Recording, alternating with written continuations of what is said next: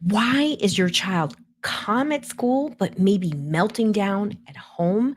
Let's talk about the surprising reasons this happens commonly to a lot of kids and teens.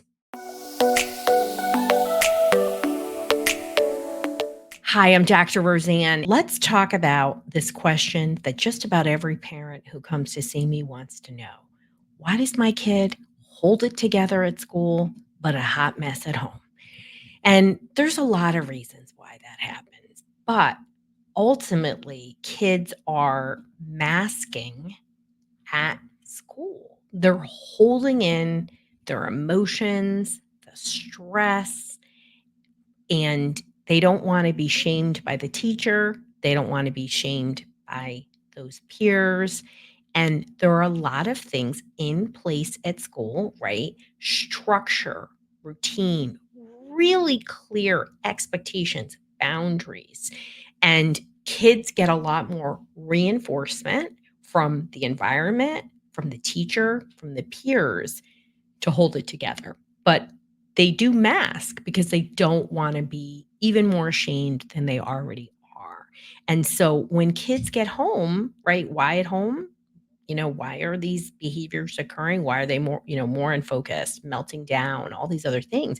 Is because it's a safe space.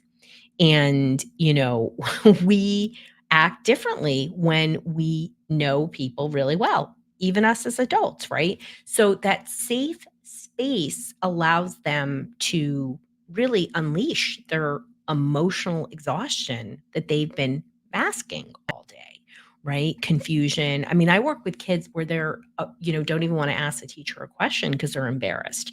And so they try to hold it together all day and then they get home and parents are like, "Oh my god, they're a hot mess," and they didn't learn anything all day, right? Some other really common, factors that contribute to an emotional overload for kids, besides an emotional exhaustion because of holding it together all day, is stress and anxiety, right? So stress and anxiety about the learning, about the environment, about peers, um, so many factors about the food at school. Maybe, you're doing a new diet, right? Happens a lot. They don't want to be different, There's just so many factors that build on that stress. And as you now know, once the nervous system activates, it more likely to activate. So the more it activates, the more likely it's going to happen, right? And then the opposite in a positive way is the more they self-regulate, the more they're able to self-regulate. So on the negative side, they call it the negative Matthew effect. The rich get richer, the poor get poorer. It's the same thing with the nervous system. So we have to reverse that and flip that script and give our kids the tools to regulate their nervous system. So one of the biggest contributors that I find with my wired uniquely, wired differently kids, neurodivergent kids is sensory overload. So, whether it's the lights, the noise, the smell of cleaning products, mold, just being in the overload of a school system is a lot for the senses. So they can, again, with all that structure, routine, implicit, explicit pressure, they can hold it together. And, there's quite a bit of sensory things that go on in a school at every stage, right? And that can be a major factor where you can only hold it together so long, right? Transitions. I recently talked to somebody this week, and they did so well in our one-to-one brain behavior reset program. Which, if you're interested in learning more about, you can go to drroseann.com/help solution matcher. It's going to guide you potentially to our brain behavior reset program or our dysregulation solution or our magnesium or whatever it is that is right for you. It's going to guide you, and you'll get really good emails. So make sure you whitelist or email because it's getting harder for anybody to email anybody. I mean, I have problems every day getting emails from some of people that I really care about. So, okay. So, transition. So this person this week, they did really well in our one-to-one program, learned to really regulate. Is a pants kid, had a lot going on. So they moved from a special school to a typical school and struggling because of transitions. So too many transitions. And this is new for them. They didn't have that experience. So everyone's trying to adjust, but ultimately they're in a place, by the way, where it's a private school and the teachers don't have a lot of training and actually are saying, we don't really know what to do. In the old days, don't call me because I'm not going to do it. I will do school training. So if anybody wants school trainings on, nervous system dysregulation, how to get kids regulated, I'm here to do it. I do it for churches and church organizations and schools and whatnot. I love doing that because it's a huge impact. So, contact us if you want me to come and speak for your organization. But what I used to do is work with the school and teach the teachers on how to differentiate the instruction, but really to implement strategies that help the nervous system. So, how could that nervous system regulate so they could tolerate the transitions? And what were the most effective strategies for the transitions? And it wasn't a one and done. I would go in and then be like, well, I'm going to come back in like 2 weeks. And sometimes it was virtual, these kinds of follow through. So if that's clicking with you, you can do this, right? You can have an advocate, you can do this as a parent. Don't ever ask for something and not have follow up meetings with an S, because things just don't get done. And that's not to say anything dismissive of a teacher. Teachers have a lot on their plate, and 90% of teachers are amazing. There's a 10% of you all that are control freaks, and you're there because you want to control people. But most teachers are fantastic, and I love them. And God bless them truly for the work that they do. But these organizations, it's tough. Like they don't get the right information, and there's just so much going on. So transitions can be a major factor. Too many transitions can create a lot of overload, especially for anxious kids who need a lot of warning and being prepared. It can be really stressful. Other kids, lots of transitions can be the shizzle, can be the best thing that ever happened because they need a lot of stimulation and excitement and they can roll with it. So, each person is unique. Social. I find that the social world is very stressful for kids. We're talking totally neurotypical kids are experiencing a lot of distress over social, right? And it's everything. It's not being invited here or, getting kicked off a Snapchat or whatever is going on. These are major factors that impact kids and their nervous system throughout the day that cause them to dysregulate. So, what do we do at home, right? This is important. So, number one, you're going to co regulate. You're going to get yourself regulated because when your kid gets home, they're a hot mess and could be triggering your stuff. So if it's really triggering your stuff, you probably need to get your own therapy and don't put that in the parking lot. Like get it done because if it keeps coming up, you got yourselves a problem. And that is your opportunity. That is the higher power telling you to get it together and don't ignore that sign. So hopefully it's an aha moment. So think about what's your sensory transition from home. And this is a child of any age. So they've held it together all day. Then it's like, what are you transitioning, right? So do they need exercise? Do they need food? And is it the right food? Don't give me oh, well, I just need to get them anything. So I'm giving them Oreos. That's not a brain food, people. Like, what can you give them a really healthy, protein, fatty kind of things? We eat early, when sometimes we're eating right when we get home from school. It could be 4 o'clock. Don't be afraid to have a full meal. Don't just snack.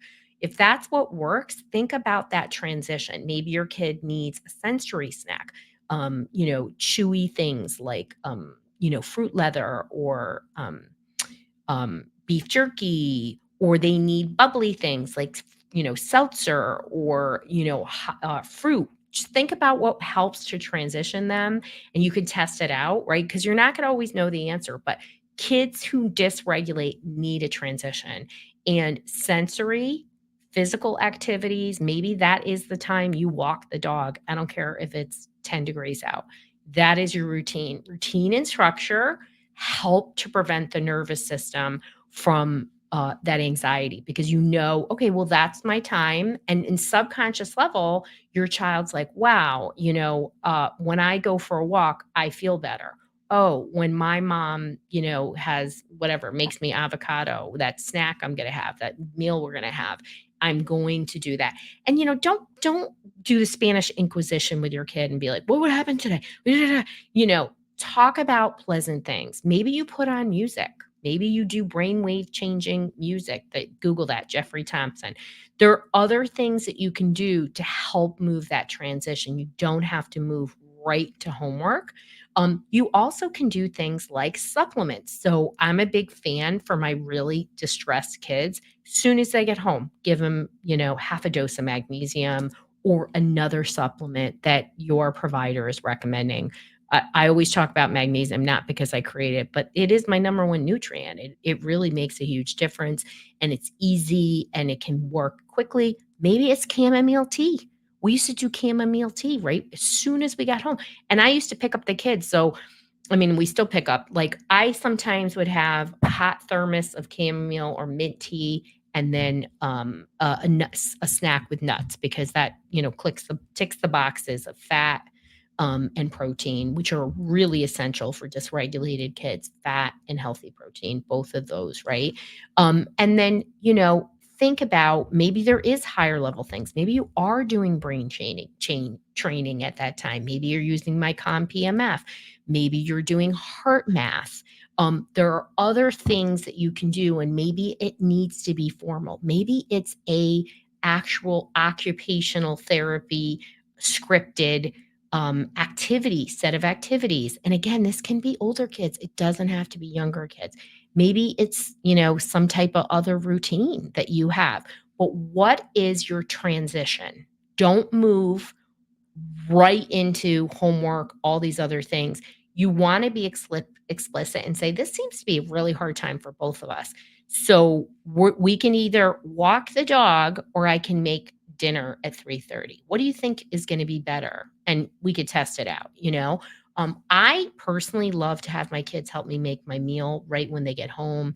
It's a great transition. It incorporates physical. It gets you away from schoolwork, and for me, cooking is my religion, and it gets my mind away from whatever else, because I have to focus on it.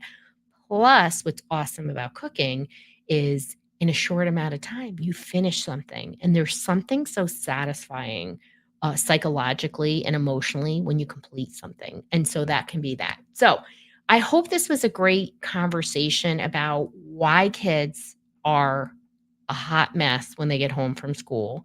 Please know that your kid is not saving it for you and doing this on purpose. I forgot to say that because I just assumed you knew that. But most people don't know that.